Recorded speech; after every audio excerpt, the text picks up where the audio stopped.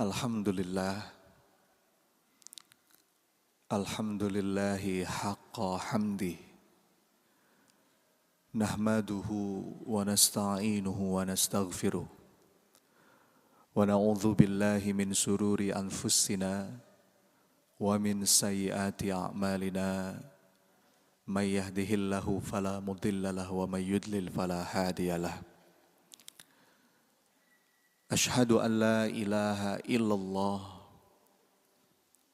al-malikul haqqul mubin wa ashhadu anna Muhammadan abduhu wa rasuluh al-mab'utsu rahmatan lil alamin. Allahumma salli wa sallim wa barik ala Muhammad wa ala alihi wa ashabihi ajmain. Subhanaka la ilma lana illa ma 'allamtana innaka antal alimul hakim. Rabbi syrah li sadri wa yassir li amri wahlul 'uqdatam min lisani yafqahu qawli. Alhamdulillah. Apa kabar ibu-ibu? Sehat semua? Gimana puasanya? Ini kalau bulan puasa nih ibu-ibu yang paling banyak pahalanya nih.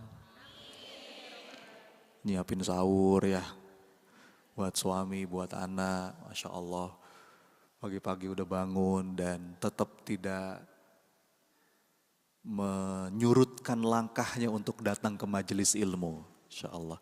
Saya mendoakan mudah-mudahan tiap langkah ibu-ibu dari rumah meniatkan hadir di masjid ini, di majelis ilmu ini, Allah catat jadi penggugur dosa, Insya Allah. Allah catat jadi amal soleh yang berlipat ganda. Amin ya rabbal alamin. Dan kalau bulan puasa nih Bapak Ibu betul-betul lapis-lapis keberkahan ya. Berkahnya Ramadan, berkahnya orang sedang berpuasa. Karena kata Nabi SAW, orang yang sedang berpuasa sampai dia berbuka itu doanya gak tertolak. Ditambah lagi kita hadir di majelis ilmu, di rumahnya Allah. Majelis ilmu juga saat mustajabnya doa. Maka semoga Allah karuniakan kepada kita semua keutamaan itu. Amin. Yuk seperti biasa kita mulai dengan saling mendoakan dulu. Mana tangan kanannya? Usap-usap yang sebelah kanannya. Ya. Ikuti kata-kata saya, saudaraku. Mudah-mudahan Ramadan kali ini semakin berkah, semakin baik, semakin lapang, semakin dicintai Allah, bahagia dunia akhirat. Amin. Gantian yang sebelah kirinya. Saudaraku, sama-sama ya, sejahtera lahir batin, bahagia dunia akhirat. Berikan senyuman paling manis buat kanan kirinya, silakan.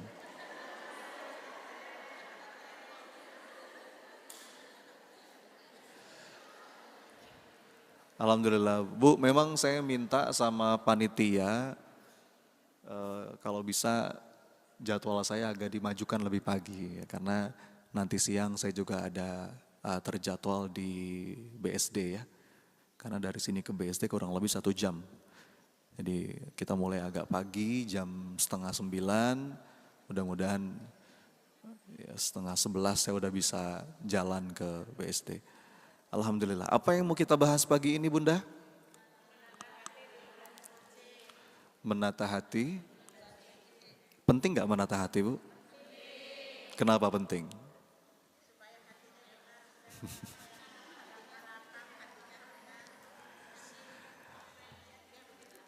Ada sebuah hadis dari Nabi SAW yang sangat populer. Apa kata Nabi? Inna fil jasadil mudghah, bahwa dalam diri manusia ada segumpal daging. Wa idza soluhat soluhal jasadu kulluh, kalau itu baik, baik semua, tapi kalau itu buruk, buruk semua. Ketahuilah segumpal daging itu adalah hati, al-qalbu. Bu, saya lagi resah dan lagi sedih beberapa waktu terakhir. Kenapa? Mungkin juga sudah Ibu lihat di lini masa sosial media, ibu-ibu sekalian, Yang lagi rame itu ada berita tentang oknum polisi yang memukul dengan helmnya anak usia 14 tahun sampai meninggal dunia. Naudzubillah. Terus tadi ada juga berita diduga ibu tiri yang menyiksa anaknya sampai meninggal dunia. Naudzubillah. Dan itu ngeri banget, Bu. Di pesantren juga ada. Gini loh, ibu, saya mau bilang begini. Kekerasan itu tidak dimulai dari tangan. Enggak. Tapi kekerasan selalu dimulai dari dalam. Enggak tiba-tiba, Bu. Jadi orang yang keras, orang yang kasar, orang yang bengis gitu ya. Itu tuh enggak langsung tiba-tiba tangannya mukul, menyakiti orang. Atau mungkin lisannya tajam. Itu enggak tiba-tiba, itu selalu dimulai dari hati. Ledakan di luar itu adalah akumulasi dari dalam. Ya Bu. Makanya penting nih kita ngomongin ini nih Bu. Gimana Ramadan ini bikin kita punya hati yang lebih lembut. Amin. Dan jangan salah paham loh ya. Lembut itu bukan berarti lembek. Beda. Kita tetap perlu tegas. Ada beberapa prinsip yang kita perlu tegas. Ini salah, ini benar. Tapi dalam pendekatan, ya, interaksi kita dengan manusia, kita tetap lembut. Dan di antara ciri hati yang keras itu Bu, nggak ada rahmah. Jadi merasa biasa aja ketika berbuat dosa, merasa biasa aja ketika menyakiti orang. Naudzubillah. Kekerasan, kasar, itu dimulai dari dalam. Begitu pula sebaliknya, perbaikan, perubahan hidup, itu selalu dimulai dari dalam. Ya, maka kita ngomongin menata hati nih Bu. Sekarang saya mau nanya, Ibu,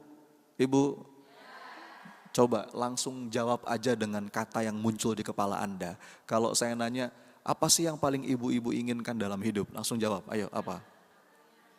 Tenang, apa lagi? Berkah, apa lagi? Udah itu aja? Sehat, apa lagi? Yang umur, kan gak jauh-jauh ya Bu. Saya tuh kalau nanya apa yang paling Anda inginkan dalam hidup, di mana-mana, jawabannya gak jauh-jauh dari situ. Saya sekarang Bu, saya sebagai trainer sudah sejak tahun 2014. Sampai sekarang berarti udah belasan tahun lah. Saya udah keliling ke belasan negara. Kemarin saya baru pulang dari Australia, saya keliling ke 5 kota, ketemu dengan teman-teman di sana. Gak jauh-jauh Bu. Kalau pertanyaannya apa sih yang paling Anda inginkan dalam hidup? Ya itu aja jawabannya. Pengen tenang, pengen bahagia, pengen berarti, pengen sehat, ya. Dan kalau boleh saya rangkum, semua itu bisa kita sebut pengen sejahtera lahir batin, betul nggak? Jadi kalau ada satu kata Bapak Ibu dalam bahasa Indonesia, saya coba cari tuh, apa ya satu kata yang kira-kira mewakili semua yang tadi ibu-ibu bilang, sehat, tenang, bahagia. Apalagi makmur, aman, sentosa. Nah satu kata itu sejahtera. Karena kalau bahasa Indonesia tuh sedikit Bu kosakatanya. Kenapa Allah memilih Quran tuh pakai bahasa Arab? Bahasa Arab tuh dalam maknanya. Kalau dalam bahasa Arab disebut dengan as-sa'adah. Kebahagiaan yang berlandaskan pada ketaatan. Ada al-falah, kemenangan, keberuntungan, kesuksesan. Intinya kita semua pengen sejahtera lahir batin, gitu kan? Nah, kalau pengen sejahtera lahir batin, Mulai dari mana, Bu? Everything begins within. Coba diulang, Bu. Gimana? Apa artinya? Dilarang merokok, semua dimulai dari dalam. Ya. Ibda binafsik, kata Nabi SAW. Kita nggak bisa menang di luar sebelum kita menang di dalam, betul nggak? Peperangan terbesar itu bukan di luar, tapi peperangan terbesar itu ada di dalam diri. Dan Ramadan ini bulan latihan. Ibu-ibu, Ramadan ini bulan latihan. Kan kita semua sudah tahu ya, Ramadan itu bukan hanya tentang menahan lapar, menahan haus. Kalau itu mah puasanya anak-anak. Kalau cuma nahan lapar, nahan haus. Kalau udah seumur kita gini kan, sekarang ibu-ibu TK berapa? Ibu? Ini dari SD mana ini? Kita kan bukan anak kecil lagi. Jadi puasa kita mesti lebih dalam pemaknaannya. Puasa itu momentum kita untuk menata ruang batin. Nah, karena kita ngomongin menata hati, Bu, saya mau bahas ini. Boleh nggak? Kelihatan nggak nih? Ini buku saya yang terbaru. Kebaca nggak? Judulnya apa? The Heart Code. Karena kita sudah sepakat tadi bahwa perubahan besar itu selalu dimulai dari hati, maka kita perlu tahu, Bu, apa aja kode-kode yang perlu kita perhatikan kalau kita pengen berubah betul-betul dari dalam. Saya sebut dengan The Heart Code. Kenapa kok judulnya The Heart Code? Terutama ibu-ibu nih. Kalau bulan puasa, mau lebaran, sering sibuknya sama dress code.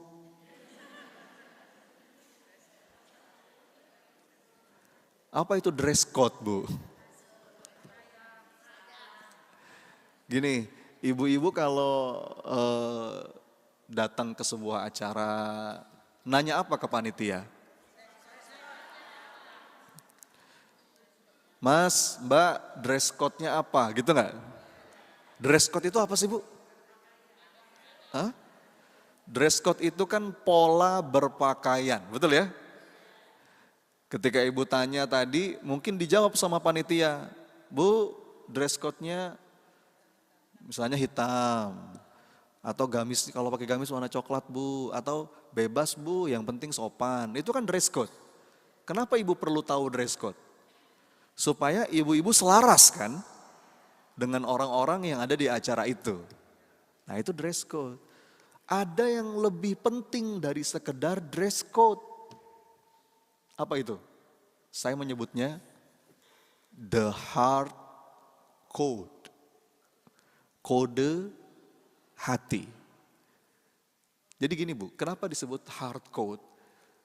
Kalau kita perhatikan ya, dalam diri orang-orang yang hidupnya berkualitas, orang-orang yang sejahtera lahir batin, itu selalu ada kode hati yang sama, ada pola yang sama. Bu, hidup ini tuh ada polanya. Gini ya, sebagai contoh, kalau ibu-ibu perhatikan ada orang-orang sukses, orang-orang berhasil, orang-orang yang berprestasi, orang-orang yang mampu berkarya dengan karya yang hebat, itu ada polanya, Bu. Coba sebutin, kira-kira apa? Prinsip orang-orang yang sukses, orang-orang hebat, apa, Bu? Sebutin. Suka belajar, apa lagi? Disiplin, betul. Apa lagi, Bu? Bekerja keras, apa lagi, Bu? Suka bersedekah. Itu polanya sama, Bu. Itu namanya kaidah. Qawaid. La tabdila li sunnatillah. Bu, jangankan orang-orang sukses, orang-orang gagal juga ada polanya, betul? Apa pola kegagalan, Bu? Males, apa lagi? Hah? Hobinya rebahan, mimpinya miliaran. Tidur Anda terlalu miring, Bung. Pengennya yang serba instan, gitu kan? Pengennya buru-buru, enggak menikmati proses. Apa, Bu? Apa, Bu? Hobinya berangan-angan, berhayal. ada kesamaan pola, betul ya? Nah sama kalau kita ngomongin orang-orang yang sejahtera lahir batin, orang-orang yang hidupnya berkualitas, itu juga punya kesamaan pola hati, Bu. Nah itu coba saya susun di buku ini dan kita bahas secuplik ya. Ada kesamaan pola hati. Jadi kalau gini loh, kalau ibu ketemu orang hebat, ada mungkin sosok orang yang ibu kagumi, mungkin ulama, ya, ada ustazah atau ustadz, siapapun lah. Atau kalau kita baca kisah para sahabat, kalau kita baca sirah Nabi Sallallahu Alaihi Wasallam, yang mestinya ibu perhatikan, yang mestinya ibu telaah, itu jangan cuma amalan zahirnya. Tapi ini orang gimana ya setelan hatinya gitu loh Bu. Itu penting. Itu penting. Biasanya nih Bu, kebanyakan dari kita, terutama saya dulu ya, saya seorang santri Bu dulu. Kalau ketemu sama ustadz, ketemu sama guru yang kita kagumi dirinya, yang kayaknya hidupnya tuh lapang, hidupnya tuh barokah, kita tuh pengen kayak dia. Biasanya Bu kalau kita ketemu orang kayak begitu, yang ditanya apa? Ustadz, amalannya apa sih? Gitu gak Bu? Itu pertanyaan bagus sebetulnya, tapi kadang-kadang kita tuh terlalu fokus sama amalan lahir saja. Misalnya dikasih tahu tuh amalannya, Bu amalannya ini istighfar ya sekian ratus kali. Bagus, itu bagus. Bu amalannya sedekah, Bu amalannya sholat duha, Bu amalannya tahajud, itu bagus. Tapi kadang-kadang kita cuma terjebak pada amalan lahiriah, kita lupa menelaah setelan hatinya. Ibu, amalannya sama, tapi kalau setelan hatinya beda, itu beda dampaknya. Betul ya? Beda Bu dampaknya. Jadi ibadah hati, setelan hati itu penting. Nah di buku ini saya coba susun, paling tidak Bu, paling tidak, saya coba sederhanakan supaya enak dibaca, paling tidak ada 5 kode hati. Ada berapa? 5 pola batin. Yang itu hampir selalu ada pada diri orang-orang yang hidupnya berkualitas. Mau tahu nggak Bu? Kalau nggak mau tahu nggak apa-apa. Saya sudahi sampai di sini, terima kasih. Mau tahu nggak? Ini 5 Bu. Ini 5 rahasia kunci sejahtera lahir batin. Karena kita dalam hidup kadang-kadang perlu tahu tuh Bu, keyword atau password, kode. Nih sekarang kalau saya kasih handphone saya ke ibu, pasti ibu nggak bisa buka. Kenapa coba? Karena ada kodenya, ada passwordnya, ada keywordnya. Nah sama, untuk bisa masuk ke gerbang hati, menuju kesejahteraan lahir batin, itu juga ada kodenya. Dan ini saya nggak ngarang Bu, ini saya nggak ngarang, ini bukan cocok logi, bukan. Saya itu dari dulu diajarin sama guru-guru saya, kalau bikin buku, kalau nyusun materi, kalau menyampaikan sesuatu, itu minimal memenuhi 3 syarat. Apa 3 syarat itu? Ilahiyah, ilmiah, praktis. Coba diulang, apa? Ilahiyah itu apa? Ilahiyah itu mesti ada pijakan dalilnya, ya Bu. Ada dalil Quran, hadis Nabi, nasihat dari para ulama yang itu menjadi dasar dari apa yang saya sampaikan. Jadi ini bukan menurut saya. Bukan menurut saya, bukan. Tapi saya hanya mengutip beberapa kajian dari para ulama, ya. Bagaimana Allah katakan dalam Quran, apa yang Nabi sabdakan, itu satu ilahiyah. Yang kedua apa tadi? Ilmiah tuh bahkan lebih, kalau bisa apa yang kamu sampaikan itu dibuktikan juga secara ilmiah dalam riset-riset kekinian.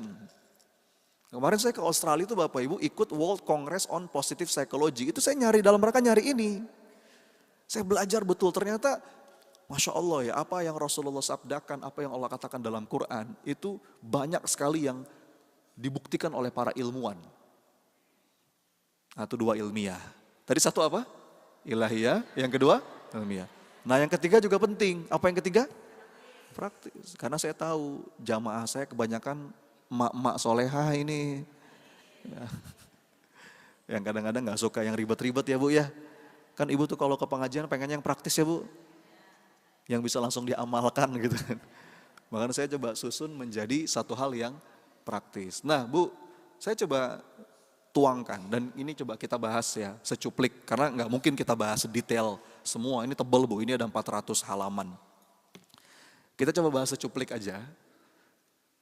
Ada 5 rahasia kunci, 5 kode hati yang ini perlu kita aktifkan. Terkhusus di bulan Ramadan ini. Ya. Nah, mau tahu nggak? Apa aja Ustadz kode hati itu supaya gampang diingat? Saya coba susun 5 kode hati itu dalam rumus HEART. Apa rumusnya Bu? HEART. HEART itu apa sih? Kolbu, hati. Ya, jadi nanti pulang dari sini ibu-ibu bawa oleh-oleh apa? HEART. Makanya saya sebut dengan the HEART code. Jadi rumusnya Bu, rumusnya apa? HEART. HEART itu ada berapa huruf Bu? Ada 5. Apa aja? Orang Cibubur asli ya.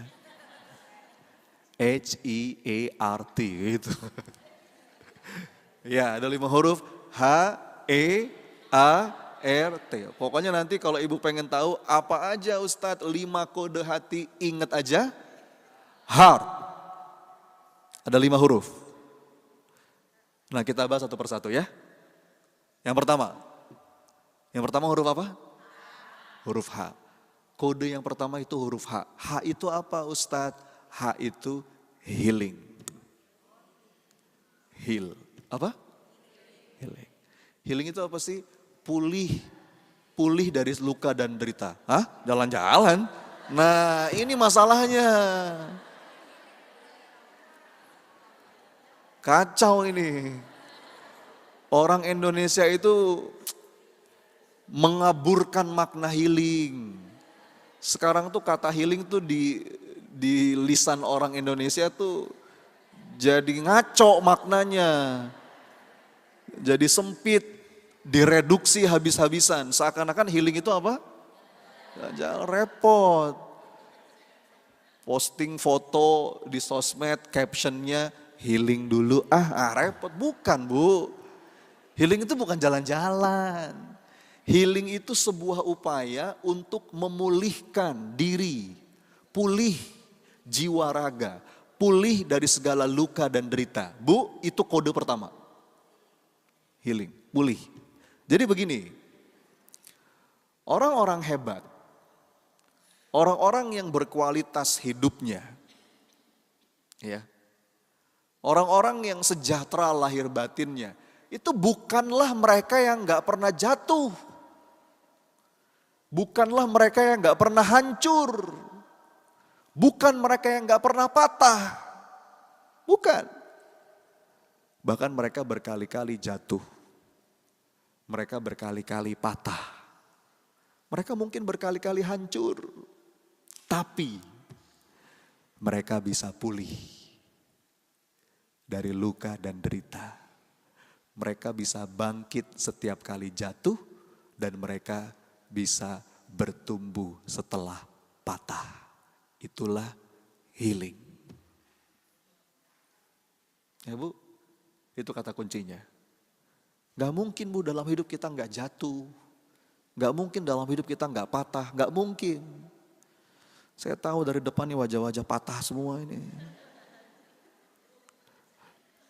Kita pernah patah Bu pasti dalam hidup ya. Bu jangankan kita, Rasulullah, para nabi, para kekasih Allah. Pernah patah gak hidupnya? Pernah jatuh gak? Pernah hancur gak? Pernah sedih gak? Rasulullah pernah merasa hancur, Bu? Pernah. Bahkan Allah katakan dalam Quran, ayatnya begini.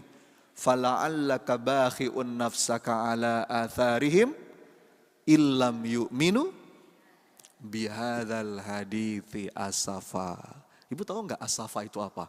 Asafa itu perasaan yang apa ya, Bu? Patah, berat, sedih, bercampur marah, jadi satu, dadanya sempit, bahkan Rasul sampai ingin menghancurkan dirinya sendiri. Itu kata Quran, Bu. Jadi Nabi aja pernah ngalamin fase itu. Ya. Siapa lagi? Nabi Yakub ketika kehilangan anaknya Nabi Yusuf, sedih sampai matanya tuh putih, Bu. Saking sedihnya. Nabi Zakaria pernah merasa cemas. Nabi Musa juga pernah merasa berat. Bu, para nabi, para kekasih Allah juga pernah hancur, patah, sedih. Tapi mereka nggak tenggelam dalam patahnya. Mereka nggak tenggelam dalam kesedihannya. Mereka bisa pulih dari luka, bisa bangkit setelah jatuh, bisa bertumbuh setelah patah. Itulah yang disebut healing. Bukan jalan-jalan.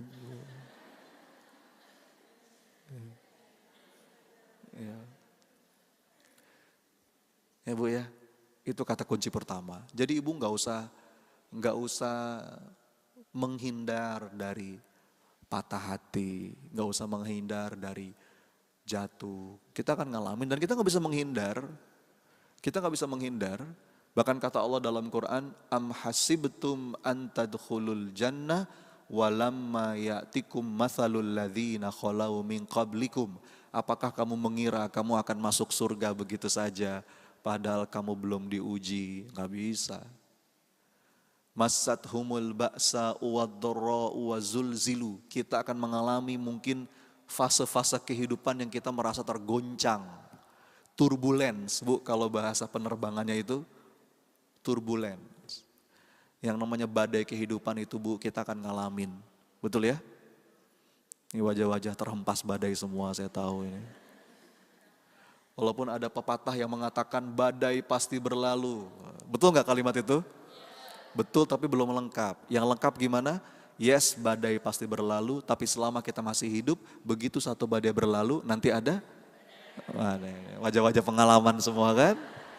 Biasa aja, Bu, yang namanya hidup tuh kita jatuh, kita patah, kita mungkin pernah berbuat salah, asal dari situ kita belajar. Ya Bu ya, kita jadi hamba yang lebih baik, lebih bijak, lebih bersih hatinya, lebih matang imannya. Dan itulah healing. Kan saya pernah bilang, bahkan kadang-kadang kita perlu patah, Bu. Kalau kata Maulana Rumi, you have to keep breaking your heart until it opens. Coba diulang, Bu.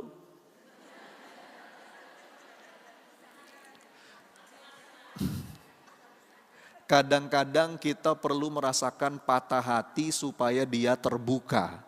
Makanya kalau Ibu lihat, coba deh perhatikan. Ini cover buku saya gambarnya gambar apa, Bu? Hati yang apa? Hati yang retak. Tapi dari retakannya itu ada. Kadang-kadang kita perlu patah hati dulu, Bu. Setelah hati kita patah, dari celah-celah patahan hati itu masuk cahaya hidayah Allah. Kalau kita belum pernah patah, Bu, kadang-kadang hati kita nggak terbuka. Betul nggak? Begitu kita patah, berapa banyak orang yang baru sadar setelah dia bangkrut. Baru mau ke masjid misalnya. Berapa banyak orang yang baru sadar setelah dia kehilangan. Ya. Jadi kadang-kadang kita perlu patah hati dan itu nggak usah apa ya? Nggak perlu anti dengan itu. Nah, itu bagian dari siklus kehidupan. Ya Bu, nah ini catatannya, selama kita bisa pulih dari luka, kita bisa bangkit setiap kali jatuh, dan kita bisa bertumbuh setelah patah. Itu kata coach yang pertama. Nah sekarang pertanyaannya gimana caranya coach Gimana caranya Ustadz? Supaya kita bisa pulih. Nah ini pembahasannya panjang Bu. Tapi gini, prinsip hidupnya gini Bu. Prinsip healing tuh begini. Ini kalau bahasan tentang healing kan banyak ya. Udah banyak yang bahas lah. Tapi kalau boleh saya ambil intinya. Kapan pemulihan itu bermula? Kapan healing itu bermula? Bu, perhatikan keywordnya. Saat kita mulai berhenti memaksa hidup seakan-akan harus sesuai dengan keinginan kita, maka saat itulah diri kita mulai pulih dan hidup kembali mengalir. Jadi ibu tahu nggak siapa orang yang sulit pulih? Mereka yang nggak mau berdamai. Mereka yang memaksa bahwa seakan-akan hidup itu harus sesuai dengan apa yang mereka inginkan. Nah itu tuh Bu, repot tuh. Ya. Makin kita menggenggam, makin kita nggak terima, semakin sulit pulih. Ibu tahu nggak? Bahkan ini dibuktikan loh secara medis. Ada seorang peneliti namanya Kelly A. Turner. Dia itu Bu, meneliti ada sebuah fenomena menarik. Jadi ternyata Bu, ditemukan ada ribuan kasus orang-orang yang punya penyakit kanker sembuh tiba-tiba. Serius saya.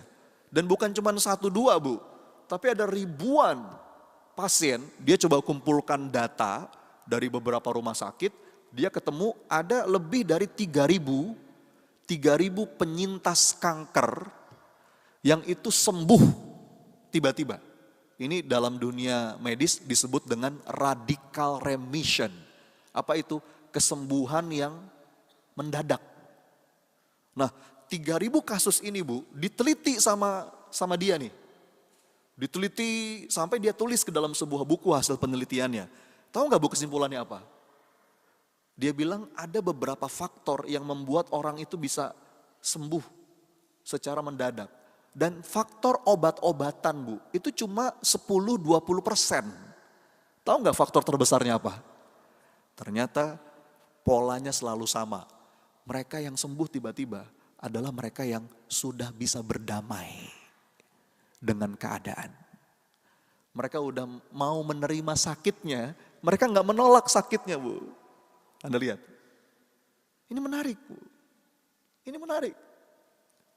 Jadi ternyata awal mula dari pulih, itu kita berdamai dulu Bu. Makin kita nggak mau berdamai, makin kita maksa seakan-akan hidup tuh seharusnya begini. Berpikirnya tuh seharusnya. Nah itu orang yang sulit pulih tuh Bu. Seharusnya dia begitu padaku, wah repot itu. Seharusnya dia begini, harusnya hidupku begini, harusnya. Orang yang berpikir seandainya, seharusnya, sulit pulih. Ya. Saya jadi ingat kemarin waktu saya di Cirebon Bu, saya ngisi seminar di Cirebon, banyak pesertanya. Ketika lagi istirahat, saya duduk di meja pemateri gitu ya. Tiba-tiba ada ibu-ibu yang diam-diam menghampiri saya. Dalam hati saya udah suuzon Bu. Biasanya mau minta foto nih gitu. Karena yang udah-udah begitu Bu. Kalau ibu-ibu merapat, foto Ustadz kayak gitu tuh. Saya udah berpikir nih kayaknya mau minta foto nih. Ternyata enggak. Begitu dia datang, terus dia ngomong gini, Ustadz, dia mengenalkan diri. Ustadz, saya cuman pengen bilang terima kasih. Kenapa Bu? Dia cerita, Ustadz saya ini penyintas kanker katanya. Beberapa waktu yang lalu, kata dokter, umur saya tinggal 2 bulan lagi katanya. Secara medis, dia bilang gitu. Tapi gak tahu gimana jalannya, tiba-tiba saya diarahkan untuk ketemu konten-konten Ustadz katanya. Saya ngelihat YouTube, ya Ustadz Sony, saya ngelihat Instagram, saya ngelihat TikTok. Dan saya sangat-sangat terbantu Ustadz.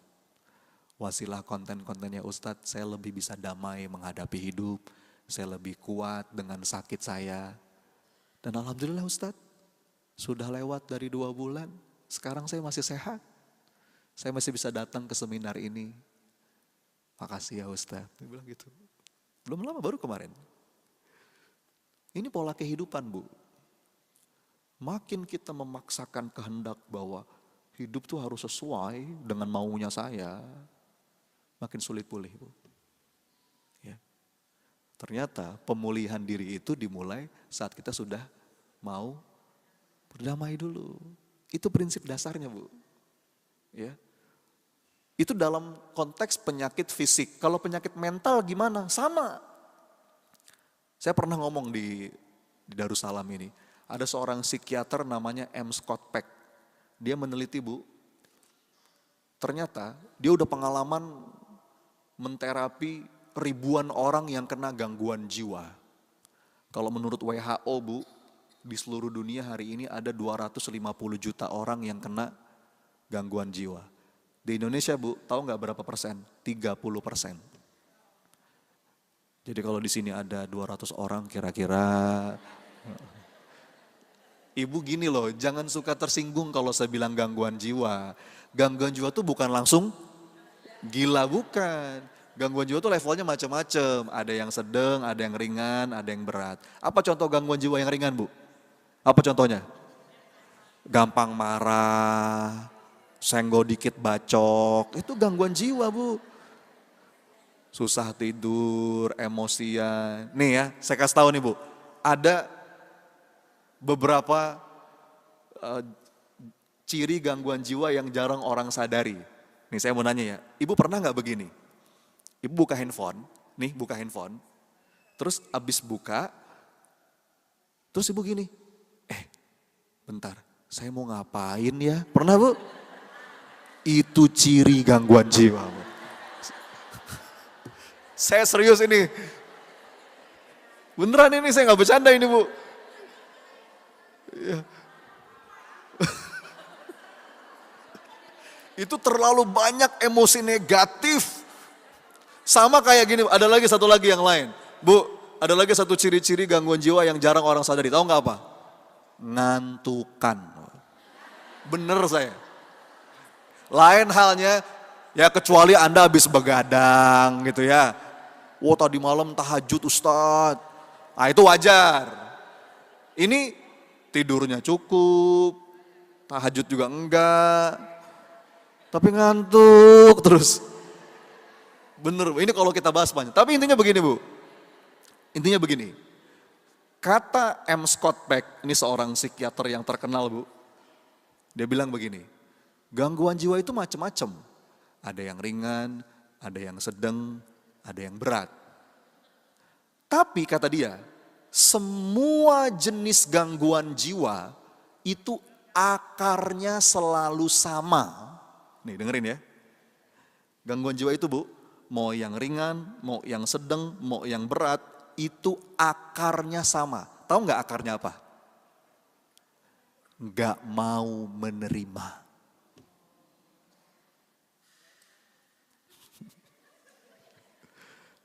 Nggak mau. Bu, makanya saya tuh bilang ya, berkali-kali saya sampaikan. Hati yang ridho, itu tuh besar ganjarnya di sisi Allah.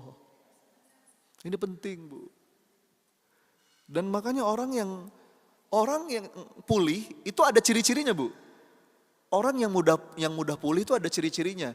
Tenang, detak jantungnya tuh pelan, nafasnya melambat, pikirannya gak tegang. Itu ciri-ciri pemulihan mulai terjadi. Coba ya, kayak nafas. Bu, dari frekuensi nafas, itu bisa kelihatan seberapa mampu ibu-ibu pulih. Ya, bentar saya mau nanya. Bu, Ibu pernah menghitung gak dalam 1 menit Ibu berapa kali nafas? Bu, sekali nafas tuh gimana sih? Dikatakan sekali nafas? Tarik, mungkin tahan sebentar, buang. Nah ada gak yang pernah menghitung Ibu 1 menit berapa kali napas? Karena dari frekuensi napas itu kelihatan. seberapa mampu ibu-ibu pulih, dan itu juga berpengaruh pada kesehatan fisik maupun kesehatan mental, Bu. Serius saya. Coba ya, mau ngitung nggak? Coba kita hitung ya, Bu, saya pakai stopwatch. Oke ya, saya pakai stopwatch, 1 menit aja. 1 menit aja, nanti begitu saya mulai, ibu mulai. Ibu hitung, ya. Begitu saya bilang stop, berhenti. 1 menit.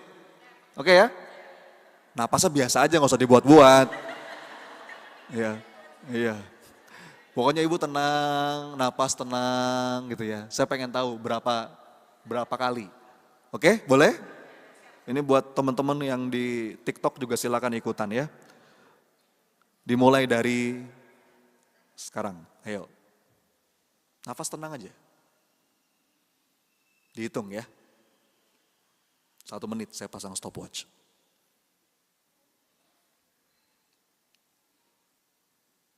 Sambil dihitung berapa kali.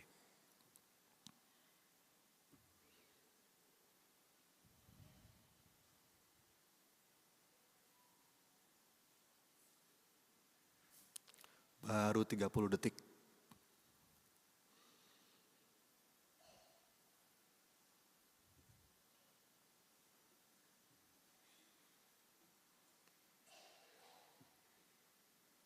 Nafas tenang. 10 detik lagi.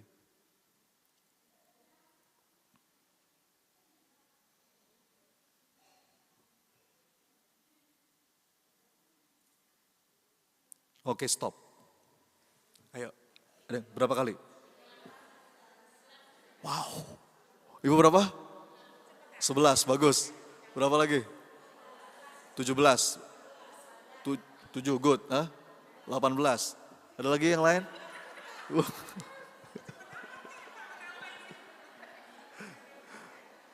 Ibu, baru sekarang saya kasih tahu datanya ya. Normalnya orang, ini orang normal rata-rata, dalam 1 menit itu 12 sampai 20 kali. Itu normalnya orang. Nah, dalam keadaan yang tidak normal, maksudnya lagi marah-marah. Bu, orang kalau suka marah-marah, itu frekuensi nafasnya cepat. Betul nggak? Kan orang kalau marah gimana, Bu? Gitu kan? Iya, detak jantungnya naik. Itu berpengaruh, Bu, pada seberapa mampu ibu pulih. Bahkan kalau kita kaitkan ya, Bu ya. Bisa jadi, Bu. Kalau ibu pengen tahu itu bahkan berpengaruh pada kesehatan. Berpengaruh pada panjang pendeknya umur loh, Bu.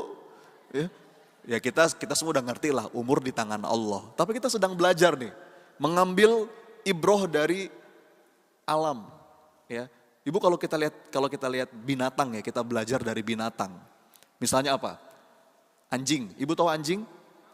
Anjing itu, Bu, 1 menit 50. Makan cepet kan? Gitu kan ya? Itu anjing. Makannya umur anjing tuh nggak lama, Bu. Berapa sih anjing? Paling 14 tahun ya? Anjing tuh 14 tahun, 15 tahun. Nanti yang lebih sedikit lagi kuda. Kuda itu 1 menit 40, 30, 40. Umur kuda lebih panjang. Kuda tuh bisa sampai 40 tahun kadang-kadang. Nah, yang agak-agak mirip sama manusia itu gajah. Gajah, Bu. Gajah itu 1 menit 20 kali. Mirip-mirip. Makanya umur gajah juga ya 90 tahun ya, Bu ya. 100 tahun. Ibu tahu kura-kura? Kura-kura, Bu, 1 menit 5 kali napas. 5 kali. Makanya umur kura-kura panjang, betul ya? Berapa kura-kura umurnya, Bu? Ada yang sampai 200 tahun, Bu. Jadi ini berpengaruh. Gini loh, semakin sedikit frekuensi napas ibu itu menunjukkan ibu tenang. Ya. Kita bisa loh Bu, 1 menit cuma 6 kali napas bisa. Gimana caranya? Nih rumusnya Bu ya, ini bisa dipakai. Ini ibu latih. Ibu latih. Rumusnya itu 4-2-4. Berapa rumusnya? Maksudnya apa Ustadz 4-2-4? 4 detik ibu tarik napas, 4 detik.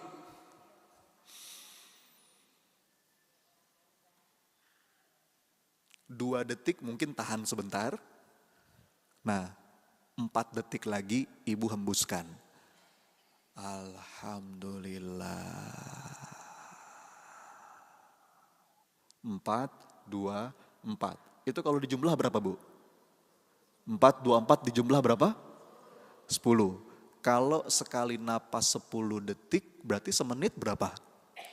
6. Makanya Bu, ini kalau kita bahas lebih dalam ya, kenapa orang yang sholat itu sehat? Karena kan salah satu rukun sholat itu butuh tumakninah. Betul ya?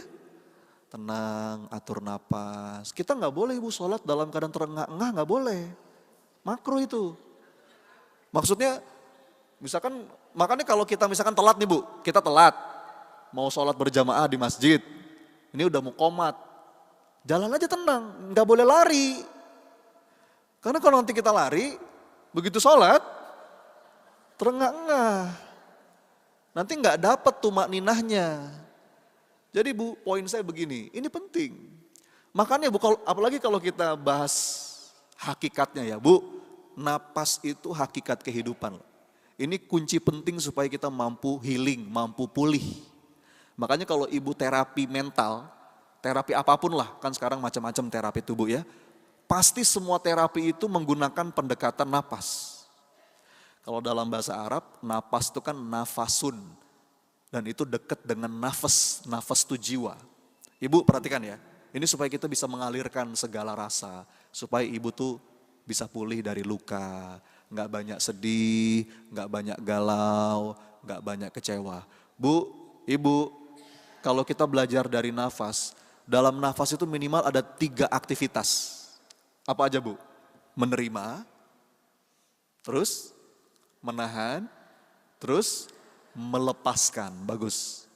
Menerima, menahan, melepaskan. Ini siklus kehidupan Bu. Ada waktunya kita menerima dalam hidup, betul? Itu gak bisa kita tolak Bu. Selama kita masih hidup, masih dikasih jatah umur sama Allah, kita pasti menerima oksigen, betul ya? Ada waktunya kita menahan, tapi nggak lama. Ada waktunya kita mesti melepaskan. Ibu bisa nahan terus nggak dilepas? Hah?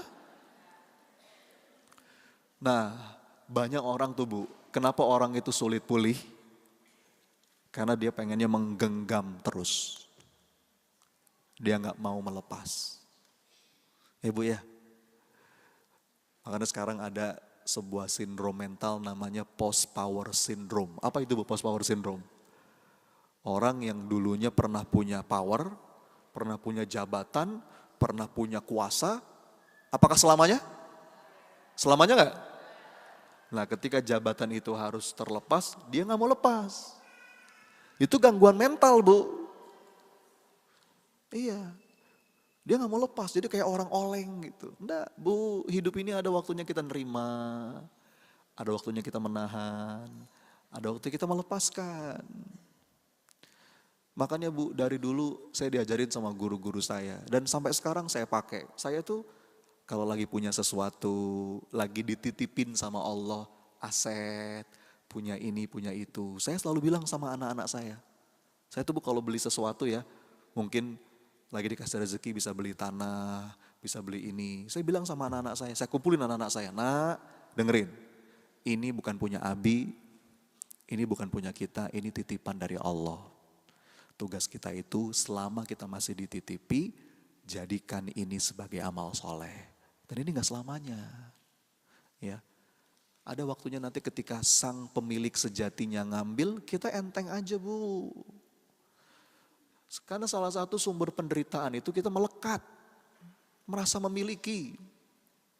Enggak Bu, Hari ini episodenya lagi dititipin, satu hari mungkin ada waktunya lepas. Biasa aja, ada orang mendekat, ada waktunya orang menjauh.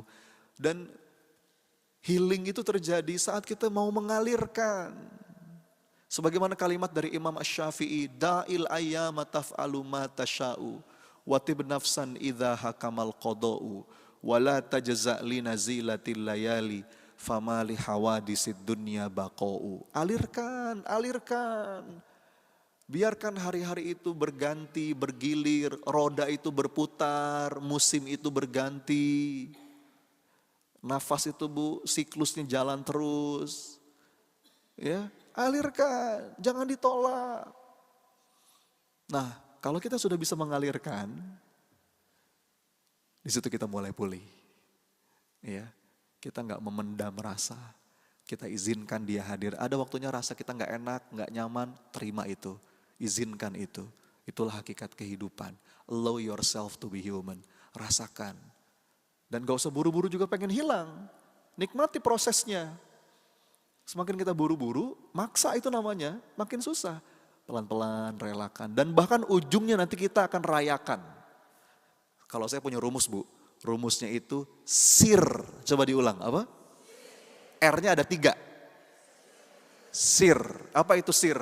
Yang pertama, sadari, izinkan, rasakan, relakan, rayakan. Nah, coba diulang. Apa? Sir. Apa itu sir? Sadari, izinkan, rasakan, relakan, rayakan. Nanti kapan-kapan kita bahas di lain kesempatan Bu. Ini pembahasan tersendiri tentang healing. Jadi yang pertama sadari aja Bu, kalau ibu lagi gak enak hati, ibu lagi sedih. Akui, sadari itu Anda ngaku. Anda akui itu. Ya Allah, berat rasanya, ya Allah aku capek. Oke, sadari aja. Ya. Lalu izinkan pelan-pelan, tapi aku izinkan ini hadir ya Rob. Makin Anda nolak, makin berat. Allow yourself to be human. Lalu rasakan, dalam setiap emosi itu pasti ada pesan. Dalam setiap keadaan yang gak enak itu ada pesan dari Allah.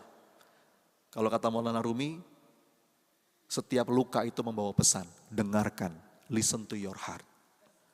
Lalu pelan-pelan nanti kita relakan dan ujungnya kita rayakan.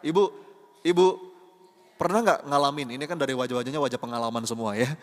Pernah gak ngalamin ada sebuah keadaan yang dulunya ibu sesali, dulunya ibu sedihkan banget. Tapi ternyata seiring waktu berjalan keadaan itu menjadi keadaan yang paling Anda syukuri. Pernah Bu? Terus kita ngomong gini, oh untung dulu saya begitu. Kalau dulu saya nggak begitu, sekarang saya nggak begini. Pernah Bu? Nah kalau Anda udah bisa ngomong kayak begitu, itu Anda sudah sampai pada tahap merayakan. Hikmahnya udah mulai tersingkap. Dan hikmah tuh nggak langsung kelihatan Bu kadang-kadang. Kalau hikmah langsung kelihatan, di mana letaknya iman? Orang-orang beriman itu Bu, mungkin dia belum ngelihat, tapi dia yakin. Ini pasti ada hikmahnya ya Rob. Ini pasti baik pada akhirnya. Oke? Bungkus? Itu baru huruf yang pertama tuh. Apa huruf yang pertama? H. Apa itu H? Apa itu healing? Pulih dari segala luka dan derita. Jadi ibu-ibu habis ngaji di Darussalam jangan lagi ngomong healing jalan-jalan Ustaz. Repot ini. Ya. Huruf kedua, apa huruf kedua?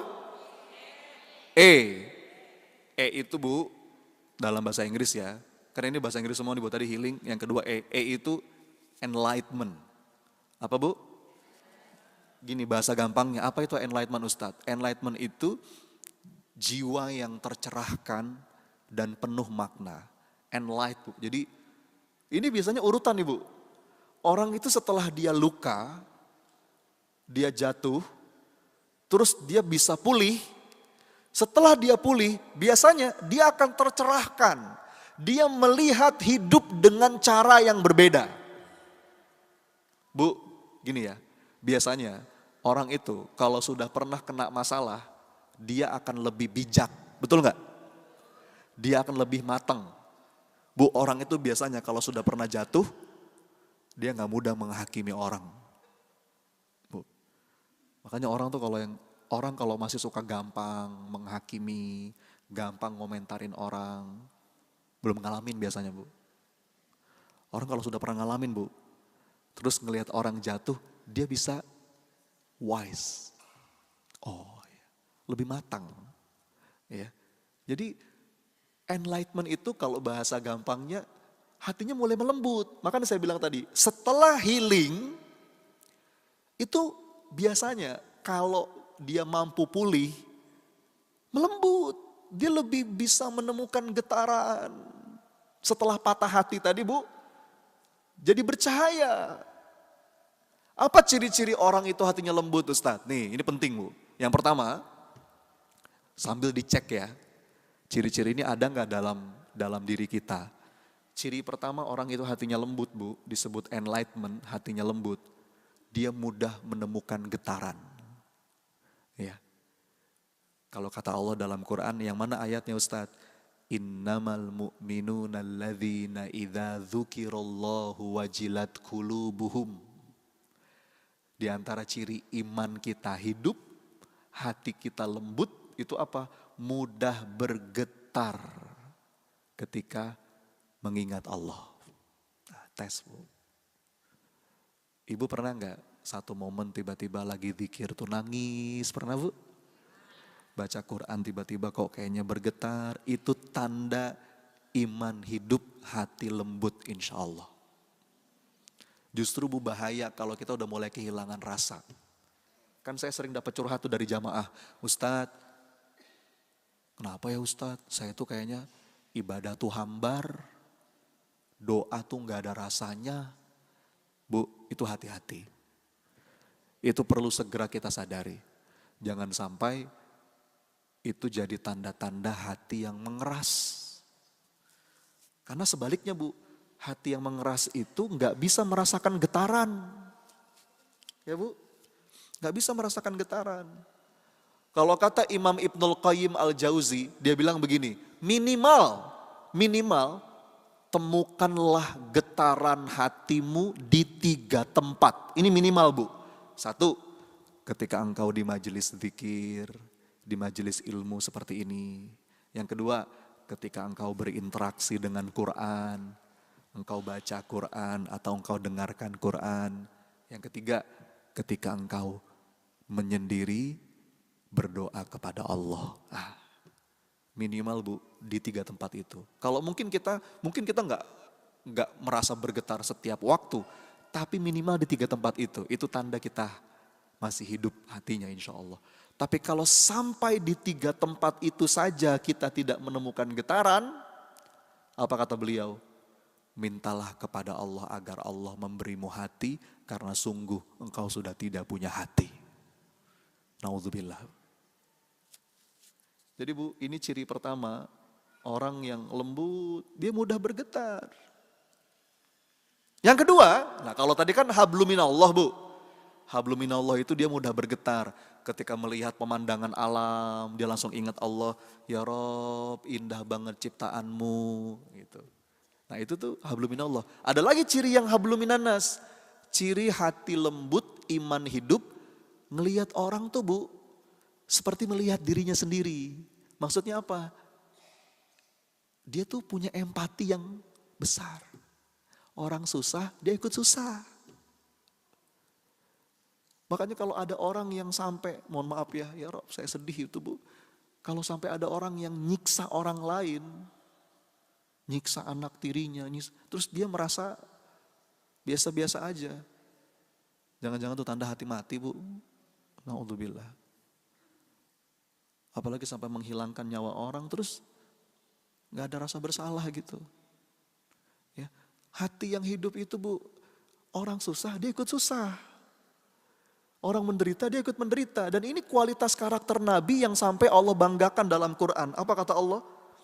Laqad ja'akum rasulun min anfusikum azizun alaihi ma anittum harisun alaikum bil mu'minina raufur rahim. Rasul itu, Bu, ngelihat orang susah ikut susah. kepengen semua orang selamat. Namanya Ainur Rohmah. Ainur Rohmah itu memandang orang tuh dengan rohmah. Itu tanda hati lembut, Bu. Karena tadi sebagaimana yang saya bilang di awal, kelembutan itu dimulai dari dalam. Sebelum dari lisan, sebelum dari tindakan, itu dari dalam. Begitu pula sebaliknya, kasar, keras, bengis, itu dimulai dari dalam, Bu. Jadi kalau mau latihan melembutkan hati, itu dimulai dari dalam. Nih coba nih sekarang saya tes ya Bu ya.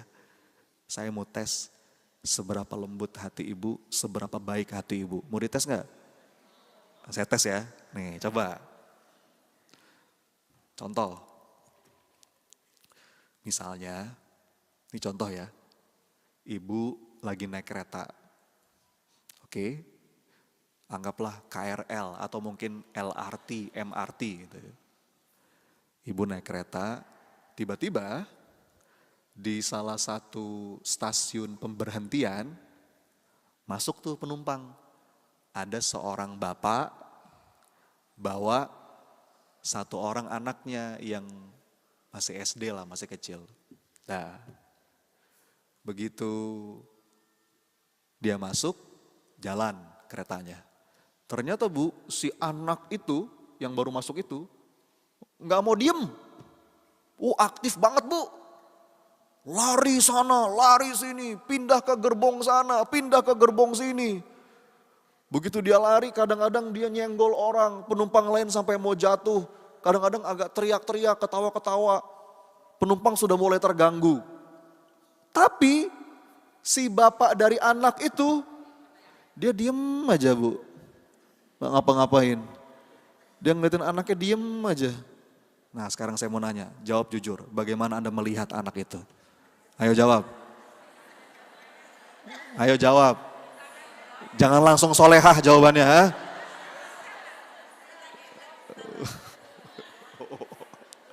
Gimana ibu ngelihat anak itu, gimana ibu ngelihat bapaknya itu? Ayo gimana Bu? Apa Bu? Greget, apa lagi? Apa? Kesel, apa lagi? Ayo jawab. Hah? Oke, nah sampai akhirnya, saya terusin ceritanya ya. Sampai akhirnya ada seorang penumpang yang berani menegur bapak itu. Apa kata penumpang ini?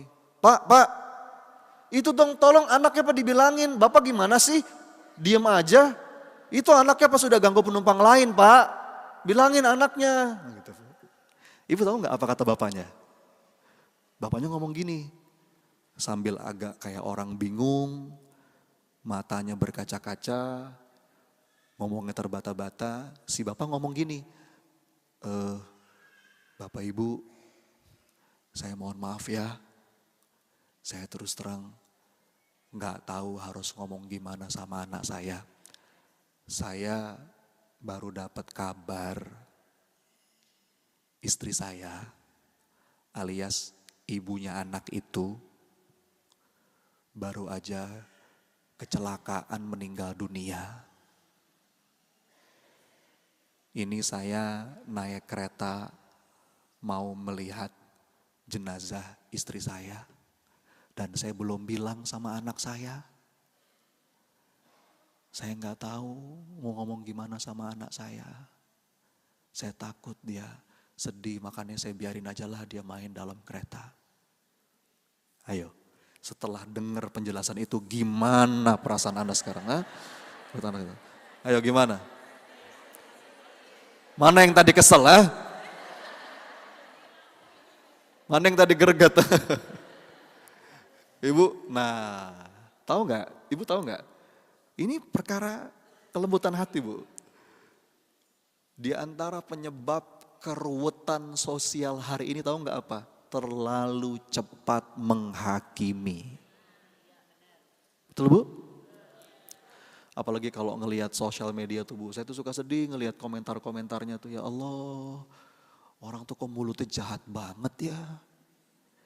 Padahal kita mungkin belum tahu. Bu, lihat ya, ciri orang beriman itu, ini ada kaidahnya, kata para ulama begini Bu, kata para ulama, ini bahkan dibahas dalam kitab iman. Kaidahnya begini, iltamis li akhika sab'ina ujron. Apa artinya? Carilah alasan. Bahkan disebutkan carilah 70 alasan untuk saudaramu.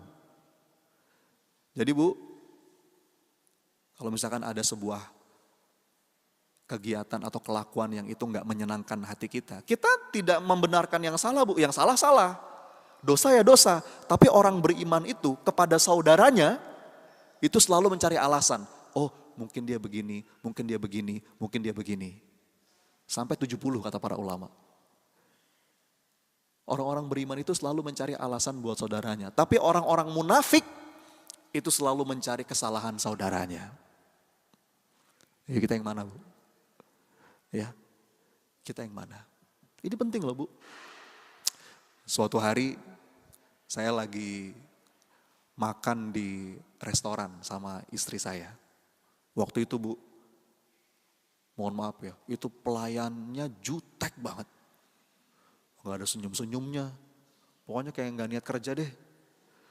Saya pesen, begitu pesen makanannya datang, mohon maaf ya Bu, ngasih piring kayak sedikit dibanting gitu. Wah itu Bu, saya udah mau marah tuh Bu. Tapi saya dicolek sama istri saya. Apa kata istri saya? Sayang, lagi ada masalah kali. Langsung saya adem tuh Bu. Iya ya, kita gak tahu kan. Mungkin lagi ada pikiran apa. Lagi ada deadline utang kali Bu. Ibu lagi di jalan nih, tiba-tiba ada kendaraan lain nyalip Bu. Motor atau mobil, weng. Ayo gimana? Ayo.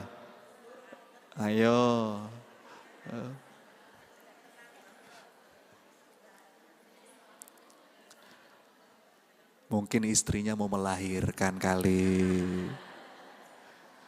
Atau mungkin mules kali. Kan rugi Bu kalau kita kejar. Misalnya kita disalib terus kita merasa harga diri kita dinodai. Wow kejar, kurang ajar nih. Begitu kita kejar ternyata dia di pom bensin Bu. Kita tungguin, begitu keluar. Maaf Om, mules. Rugi kita. Udah lah Bu. Kita tuh kadang-kadang suka gak adil Bu. Gini loh, gak adilnya gimana? Kalau kita yang berbuat salah, kita pengennya dimaklumi. Betul gak? Tapi giliran orang yang berbuat salah. Kita tuh suka cepet enggak Bu. Dan dai itu begitu Bu. Dai itu perlu punya keluasan hati yang kayak begitu. Ya, bahkan Bu ada riwayat dalam sebuah hadis. Di zaman Nabi itu pernah ada seorang sahabat yang mabok.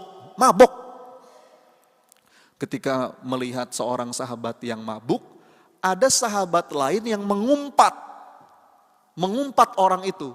Tapi apa kata Nabi? Jangan engkau mengumpat. Jangan engkau membantu setan. Itu kata Nabi Bu. Karena begini Bu, kalau orang lagi jatuh dalam maksiat, dalam lubang maksiat, kan berarti lagi ketipu setan gitu Bu ya. Terus kita mengumpat, itu makin dalam dia.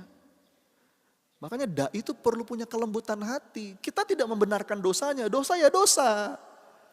Tapi ini perlu kita rangkul, karena dakwah itu merangkul, bukan memukul. Ya. Dan itu ciri Bu. Jadi kesimpulannya apa? Orang yang punya kelembutan hati itu Bu, dia sama orang tuh punya pandangan namanya ainur rahmah. Dan hadisnya apa? Irhamu man fil ardi yarhamukum man fis sama. Barang siapa yang berkasih sayang dengan yang di bumi, maka dia akan mendapatkan sayang yang di langit. Itu ciri yang paling mudah Bu. Enlightenment, huruf E ya. Enlightenment, ketika habluminallah, hati kita mulai bergetar. Gampang nangis, itu bukan cengeng Bapak Ibu. Makanya kan gini ya Bu, orang tuh semakin tua, biasanya semakin mudah nangis, betul gak?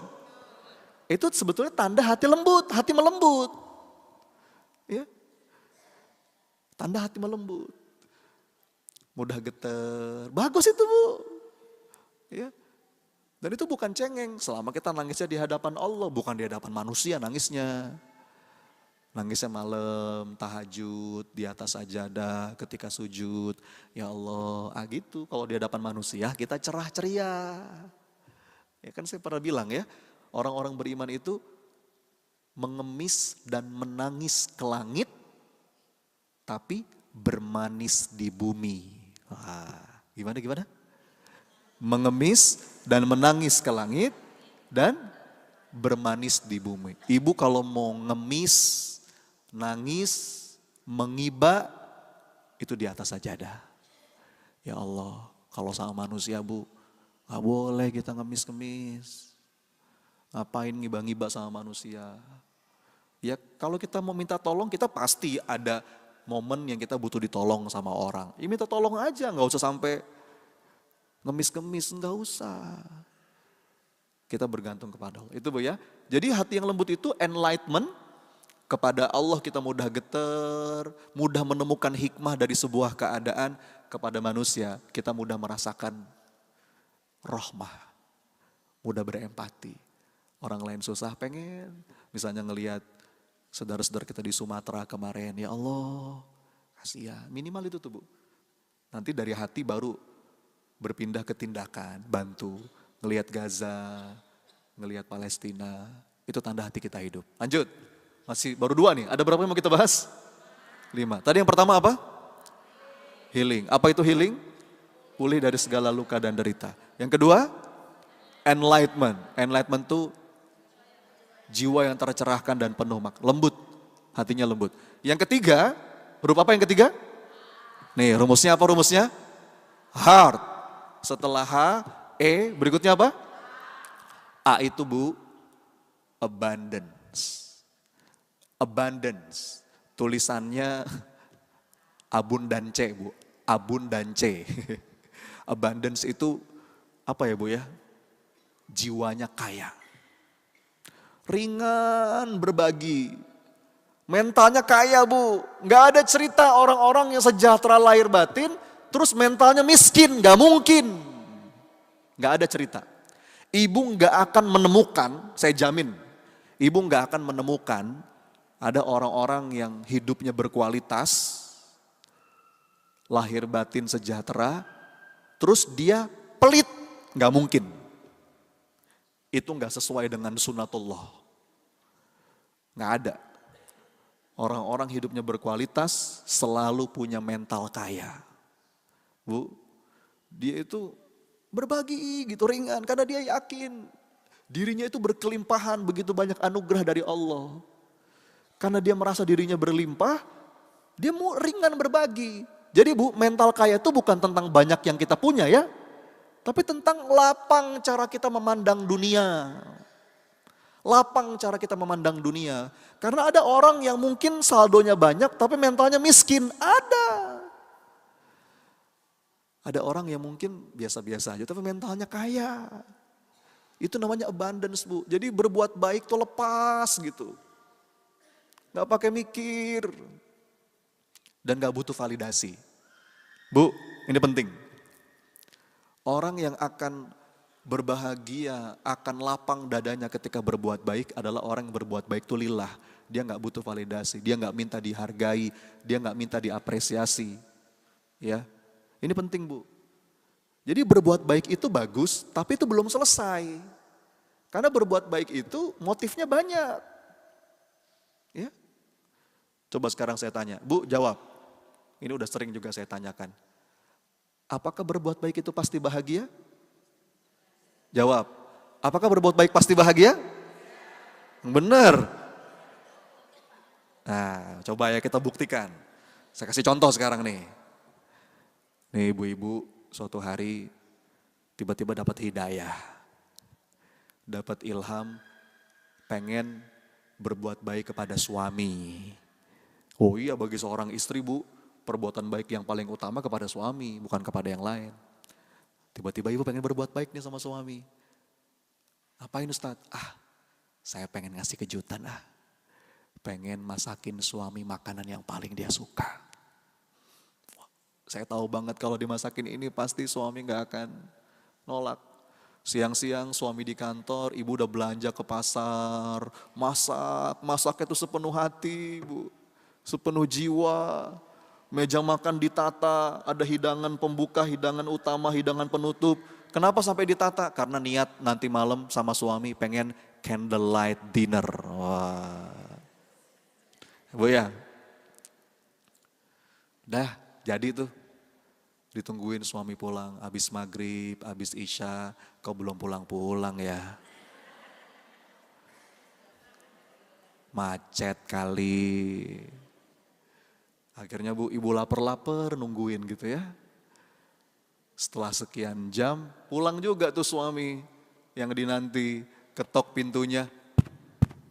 Assalamualaikum, ibu sudah siap menyambut dengan akhlak terbaik.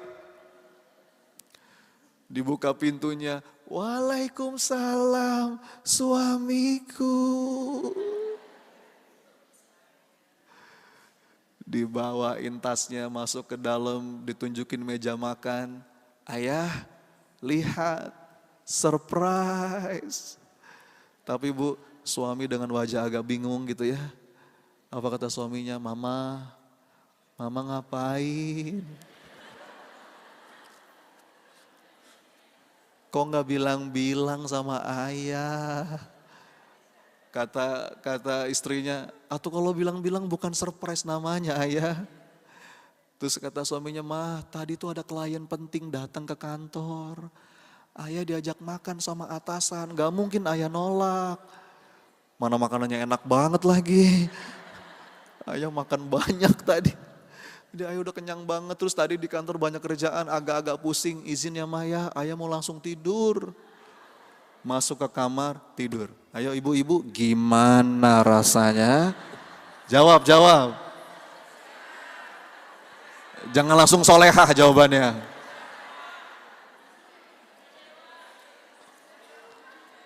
Jadi saya ulang pertanyaannya. Apakah berbuat baik itu pasti bahagia? Belum tentu. Tergantung bu motifnya apa. Bu, kalau ibu berbuat baiknya karena Allah, udah selesai itu. Mau dimakan apa nggak dimakan, ibu masak, ibu belanja, tercatat terapi amal soleh di sisi Allah. Gini bu ya, berbuat baik itu motifnya macam-macam. Ada orang berbuat baik supaya yang dibaiki itu terjerat hutang budi sama dia. Ada nggak? Itu namanya manipulatif. Ada yang begitu tuh bu. Saya berbuat baik supaya yang dibaiki itu hutang budi sama saya. Suatu hari nanti dia akan nurut sama saya. Dia nggak bisa menolak permintaan saya. Nah, itu manipulatif bu. Ya. Satu, capek.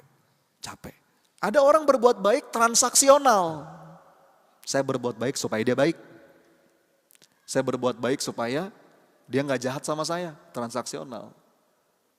Itu masih lelah. Ada orang berbuat baik supaya dapat validasi. Ya, termasuk nih ibu-ibu ya bu, jangan suka cari validasi sama anak ya bu. Ibumu nak.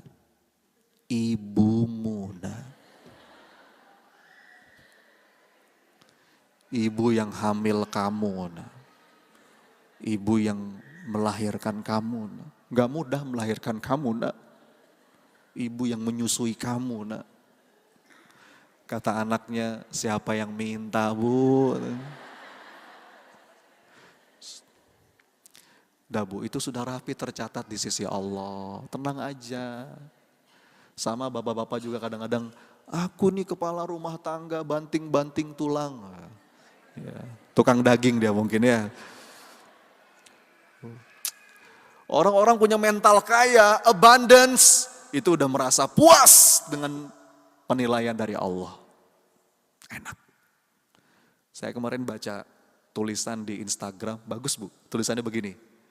Orang yang minta dihargai biasanya gak punya harga. Loh iya kan? Bu, hargai saya. Hargai saya. Berarti gak ada harga itu. Orang yang sudah cukup merasa dirinya berharga karena Allah, la nuridu minkum jazaa'a wala syukura. Bahkan dia diucapin terima kasih aja gak ngarep. Dia udah puas dengan balasan dari Allah. Ya. Diapresiasi atau tidak, dihargai atau tidak, lakukan yang terbaik. Lillah. Itu abundance bu, itu mental kaya. Mental kaya tuh begitu. Gak nunggu-nunggu dilihat orang. Pokoknya baik, berbagi. Itu abundance. Oke? Bungkus? 4. Nih saya percepat ya. Tadi yang pertama apa? Ayo ingat gak? Rumusnya apa? Heart. The heart code. Yang pertama, healing. Healing itu apa? Pulih dari luka dan derita. Sembuh lahir batin. Yang kedua, E. Apa itu E? Enlightenment. Jiwa yang tercerahkan dan penuh makna. Lembut, mudah bergetar. Sama orang itu berbaik sangka. Lembut hatinya, baik hatinya. Yang ketiga, abundance. Mentalnya kaya. Nggak takut kekurangan, ringan berbagi. Dan Ramadan tuh latihannya Bu, saya titip ya Bu ya. Ramadan mesti beda tuh. Kasih yang terbaik. Kalau sedekah mah ibu udah biasa saya yakin ya. Ini kan wajah soleha nih insya Allah ya. Apalagi udah sering datang ke pengajian. Pastilah saya mah yakin kalau untuk urusan sedekah ibu gak diragukan. Tapi kalau Ramadan yang beda dong. Bu, yang bergetar gitu. Ya Allah. Kalau perlu sedekah sampai nangis Bu. Pernah gak Bu sedekah nangis Bu? Wah, itu gak kebayang. Bagaimana punya kekuatan untuk mengubah hidup. Rasulullah itu Bu, menurut beberapa riwayat dikatakan tidak pernah ditandingi oleh bulan-bulan yang lain dalam hal berbagi kecuali di bulan Ramadan. Ya Bu ya, itu betul deh, itu melembutkan hati. Itu melembutkan hati. Saya mengajak diri saya sendiri dan juga Bapak Ibu sekalian. Ayo, Ramadan itu mesti beda kualitasnya. Kualitas amalan-amalan kita. Oke? Nah, huruf yang keempat, apa yang keempat? R. R itu resilience. Apa Bu? Resilience itu apa ya bahasa gampangnya? Tangguh. Dia punya daya tahan, dia nggak mudah pecah. Dia bisa bertahan dan bertumbuh dengan lega. Sebetulnya resilience itu Bu, kalau dalam bahasa Arab agak dekat maknanya dengan sober. Sober, sabar. Nah lagi-lagi sama tuh kayak healing tadi. Sabar itu juga satu kata yang sering disalahpahami sekarang. Kalau saya bilang sabar Bu, kesannya apa? Sabar tuh kayaknya mengurut dada gitu ya. Orang sabar tuh kayaknya kalau ditampar pipi kanan ngasih pipi kiri. Itu bukan sabar Bu. Sabar tuh begini loh, sabar itu analoginya begini ya. Anda mau berjalan ke sebuah tempat. Hujan, badai, banyak halangan, tapi Anda terus berjalan. Itu sober. Jadi tangguh. Banyak orang salah paham sih, karena suka dikit-dikit sabar. Kadang-kadang sabar tuh ngempet gitu. Bukan, sabar bukan itu Bu definisinya. Sabar itu resilience. Dia bisa bertahan sekaligus bertumbuh dengan lega. Bu, lawan dari resilience itu fragile. Ibu tahu fragile? Fragile tuh tulisannya fragile. Pernah baca nggak Bu? Baca di mana Bu? Baca di paket ya kan, saya tahu nih. Ini sahabat-sahabat tukang paket semua nih ya. Hampir tiap hari tukang paket datang silaturahim. Masih banyak tuh keranjang yang belum di check out ya. Fragile itu gampang pecah. Gampang rapuh. Nah lawannya itu resilience. Dia tangguh. Apa rahasia orang-orang beriman tuh bisa tangguh? Karena dia yakin dalam setiap kesulitan, musibah, maka bersama itu ada ibadah. Ada ibadah. Bu, makin berat sebuah keadaan, makin berat sebuah amal, makin besar ganjarannya di sisi Allah. Al-ajru ala qadri al-masyaqqah. Jadi kalau ibu makin berat, makin gede itu ganjarannya di sisi Allah. Ya. Makanya para sahabat itu Bu sama-sama berangkat ke medan perang untuk berjihad. Tapi nilainya beda-beda. Ada yang berangkat ke medan perang, ya. Wah, kesempatan nih. Berperang, kenapa? Di rumah mumet, lihat istri, gitu. Tapi ada yang berangkat ke medan perang, berat karena di rumah istrinya baik. Jadi semakin berat, amalannya sama Bu. Tapi begitu semakin berat yang kita rasa, makin gede ganjarannya. Ibu ke tempat ini, itu beda-beda. Ada yang dekat ke sini, ada yang dari jauh, ada yang bawa kendaraan sendiri, ada yang naik kendaraan umum. Makin berat upaya kita terhadap sebuah amal, itu makin gede ganjarannya di sisi Allah. Ya, jadi itu resilience. Dan orang-orang yang resilience itu yakin, bersama kesulitan pasti ada kemudahan. Kata Abdullah bin Mas'ud, seandainya kesulitan itu masuk ke dalam sebuah batu, maka di saat yang bersamaan, kemudahan akan ikut mengejarnya masuk juga ke dalam batu itu. Jadi Bu, orang-orang yang punya resilience, dia yakin gak mungkin ada sebuah kesulitan, kecuali pasti Allah sertakan karunia kemudahan. Ketika ada satu pintu yang tertutup, di saat yang bersamaan Allah membuka pintu lain. Tapi kadang-kadang kita tuh suka sibuk meratap di pintu yang tertutup, dan kita gak sadar ada pintu lainnya Allah buka. Jadi orang-orang beriman itu dalam keadaan berat, kenapa dia bisa tangguh? Dia yakin Allah gak akan menimpakan sebuah keadaan kecuali sesuai dengan kesanggupan hambanya. Oke, bisa dipahami ya? Itu namanya resilience. Terakhir, huruf apa terakhir? T. Nah, T itu trust. Apa Bu? Trust itu apa? Optimis, percaya, baik sangka. Dan ini berhubungan Bu. Orang itu akan resilience kalau dia punya trust. Orang itu akan kuat, tangguh kalau dia punya trust, punya kepercayaan, punya keyakinan. Sekarang saya nanya, Ibu tahu nggak apa yang bikin ibu-ibu kuat puasa? Nih, apa yang bikin ibu-ibu kuat puasa hari ini? Apa Bu kira-kira? Hah? Karena ibu yakin akan ada azan maghrib, ya nggak? Loh iya Bu, bener nggak? Kalau nggak jelas Bu, ibu pasti nggak kuat.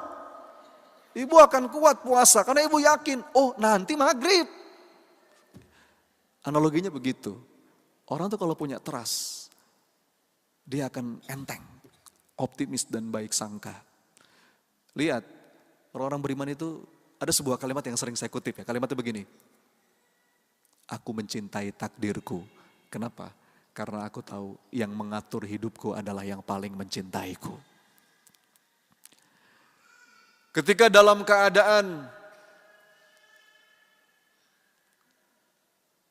penantian yang begitu panjang, bisa nggak kita tetap punya trust? Seperti Nabi Zakaria, tulangnya udah lemah, rambutnya udah putih, tapi dia nggak pernah kehilangan trust. Dia terus berdoa dan dia mengatakan, walam akum bidu'aika rabbi syaqiyya. Aku gak pernah kecewa dalam berdoa padamu ya Rabb. Ketika tidak ada jalan keluar, gak nampak jalan keluar, ancaman semakin dekat, bisa gak kita tetap punya trust seperti Nabi Musa? Nabi Musa Bu, di depannya laut. Fir'aun makin dekat, tapi kalimat yang keluar kalimat trust. Kalla innama iya rabbi sayahdin. Tidak, kita tidak akan tersusul. Allah bersamaku dan Allah akan memberiku petunjuk. Ya. Akhirnya dengan kalimat trust itu turun pertolongan Allah kan. Musa lemparkan tongkatmu. Terbuka lautnya Bu. Mereka terselamatkan, Firaun ditenggelamkan. Itu awalnya trust. Ketika dalam kesedihan yang berkepanjangan, seperti Nabi Yakub yang kehilangan anaknya Nabi Yusuf, bertahun-tahun gak ketemu anaknya, tapi dia gak pernah kehilangan trust. Malah dia berkata, wala tayasu min rauhillah, innahu la yayasu min rauhillahi illal qaumul kafirun. Jangan berputus asa dari rahmat Allah. Karena sungguh yang putus asa hanyalah orang-orang yang kafir. Ya Bu, mudah-mudahan ya Bu, kita Allah karuniakan 5 keadaan hati ini. Amin. Coba diulang, apa aja yang pertama? Healing. Yang kedua? Enlightenment. Healing itu apa tadi? Pulih dari luka dan derita. Enlightenment, tercerahkan dan penuh makna. Terus, abundance. Apa itu abundance? Mental kaya.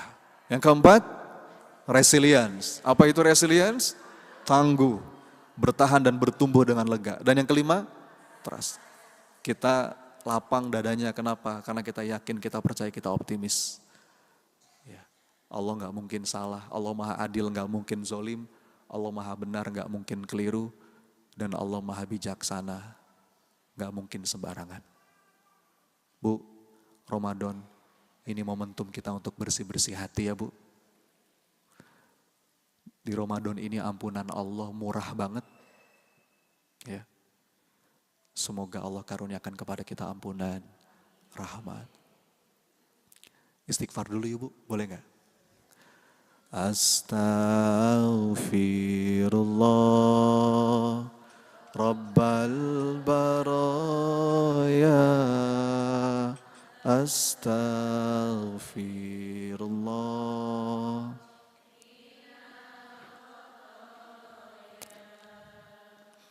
Astaghfirullah. Sambil ingat dosa Bu. Rabbal baraya.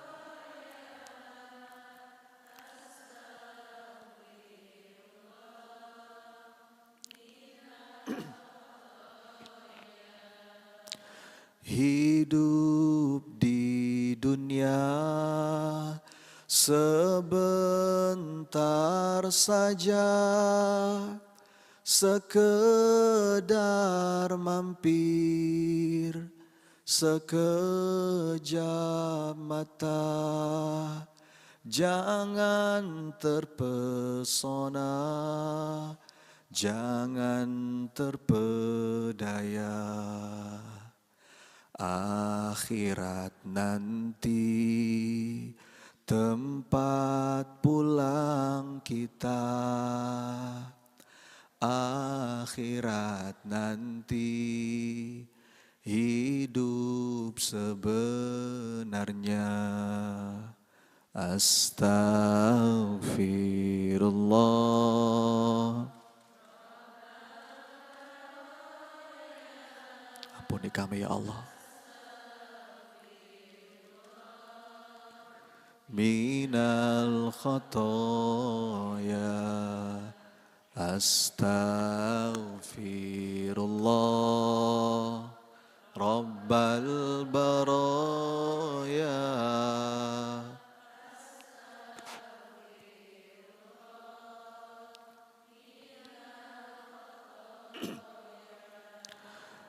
Barang siapa Allah tujuannya, niscaya dunia akan melayaninya.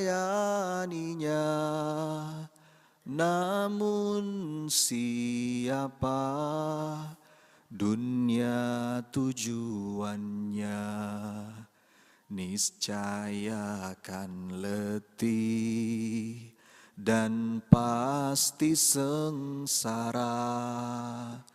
Diperbudak dunia sampai akhir masa. Astaghfirullah bal baraya.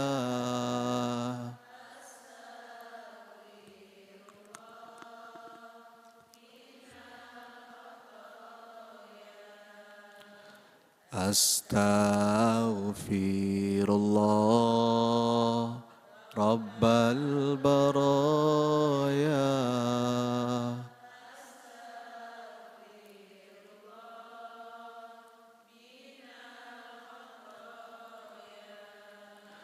Kasih sayang Allah maha mempesona, betapapun kita mengkhianatinya, tiada terputus curahan nikmatnya, selalu dinanti kembali padanya, selalu dinanti bertaubat padanya. Astaghfirullah Rabbal baraya.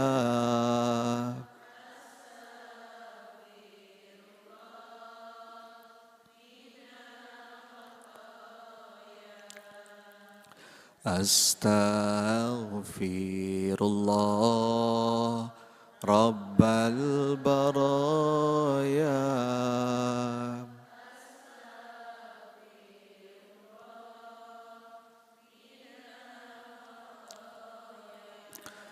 Bapak Ibu sekalian, Ramadan ini bulan kita balik. Ya, mudah-mudahan bulan ini menjadi titik balik kita jadi hamba yang semakin baik. Ibu-ibu, saya mohon maaf ya, hari ini mungkin lebih cepat karena saya ada agenda lain nanti siang. Kita tutup dengan doa, boleh? Yuk, angkat tangannya. Hadirkan hatinya. Bapak Ibu sekalian,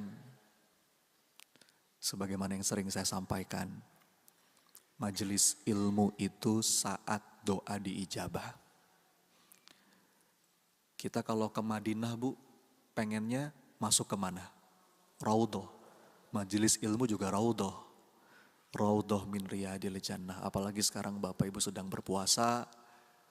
Kata Nabi, orang yang berpuasa sampai dia berbuka, itu doanya gak tertolak. Apalagi berdoa dalam jamaah seperti ini. Yuk hadirkan hatinya. Astagfirullah, astagfirullah, astagfirullah. Salawat kepada Nabi, Allahumma salli wa sallim wa barik ala Muhammad wa ala alihi wa ashabihi ajmain.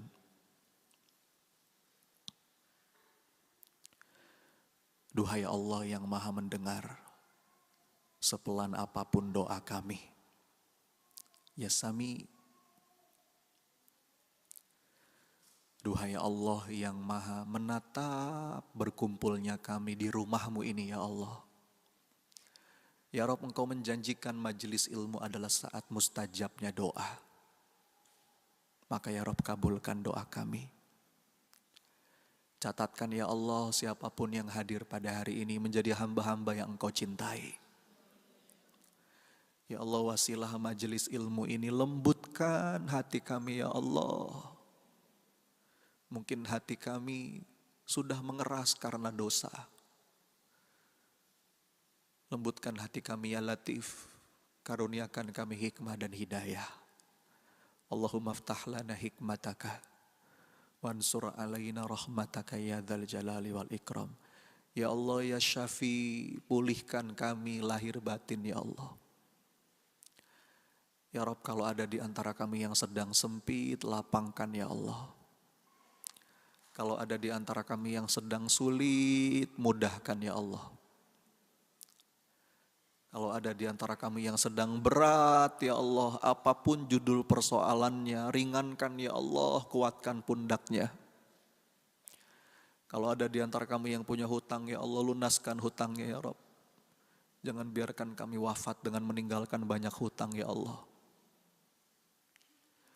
Ya Allah, jadikan pasangan kami, anak keturunan kami soleh, solehah. Rabbana hablana min azwajina wa zuriyatina qurrata a'yun waja'alna lil muttaqina imama. Ya Allah, undang kami semua yang ada di sini. Izinkan kami ya Rabb bisa merasakan wukuf di Arafah-Mu ya Allah. Bersujud langsung di depan Ka'bah-Mu ya Allah. Duduk bersimpuh di masjid Nabi-Mu ya Allah. Lagi dan lagi bersama orang-orang yang kami cintai. Bapak Ibu, saya berikan kesempatan, silakan doa masing-masing. Silahkan apapun yang sekarang terlintas di pikiran. Bapak Ibu pasti punya hajat, punya masalah, yang mungkin merasa butuh ditolong sama Allah. Ayo Bu, Pak, minta sekarang, saya aminkan. Amin ya Allah. Amin ya Allah. Mengadulah kepada Allah Bu. Dialah sebaik-baik tempat curhat. Dialah satu-satunya yang bisa ngasih kita solusi. Satu-satunya yang bisa mengampuni kita. Yang bisa membuka jalan. Amin. Silakan Bu, Pak. Ini saat mustajab insya Allah. Amin ya Allah. Amin ya Allah. Amin ya Allah. Lagi ingat anak, ingat keluarga, ingat pekerjaan mungkin, ingat masalah apapun. Minta sekarang. Amin ya Allah. Allahumma inna nas'aluka taubatan nasuha wa taubatan qoblal maut. Ya Allah, berikan kami kesempatan taubat sebelum Engkau panggil kami nanti ya Allah. Allahumma inna nas'alukal husnil khatimah wa na'udzubika min su'il khatimah. Ya Allah, jika tiba saatnya nanti, wafatkan kami dalam taat ya Allah. Bukan ketika maksiat, na'udzubillah. Hati kami masih terbolak-balik ya Rabb. Ya muqallibal qulub, tsabbit qulubana ala dinik. Tuntun sisa umur kami ya Rabb. Jadikan bulan Ramadan ini ya Allah, bulan titik balik kami jadi hamba yang semakin mesra denganmu ya Allah. Rabbana atina min ladunka rahmah wa hayyi lana min amrina rasyada. Ya Allah, muliakan orang tua kami. Jika mereka masih ada ya Allah, izinkan kami bisa membahagiakan mereka dengan cara-caramu. Jika mereka sudah tidak ada ya Allah, tempatkan mereka di tempat terbaik di sisimu. Ampuni mereka ya Allah. Rabbana gfir lana wali walidina warhamhuma kama rabbayana shighara. Rabbana atina fid dunya hasanah wa fil akhirati hasanah wa qina adzabannar. Ya Allah, karuniakan kepada kami kebaikan, kebahagiaan, kelapangan, keberkahan atas apapun yang sedang kami usahakan, atas apapun yang sedang kami perjuangkan, atas apapun keadaan diri dan hidup kami. Rabbana wa taqabbal du'a ya sami'ad du'a. Amin, amin ya rabbal alamin.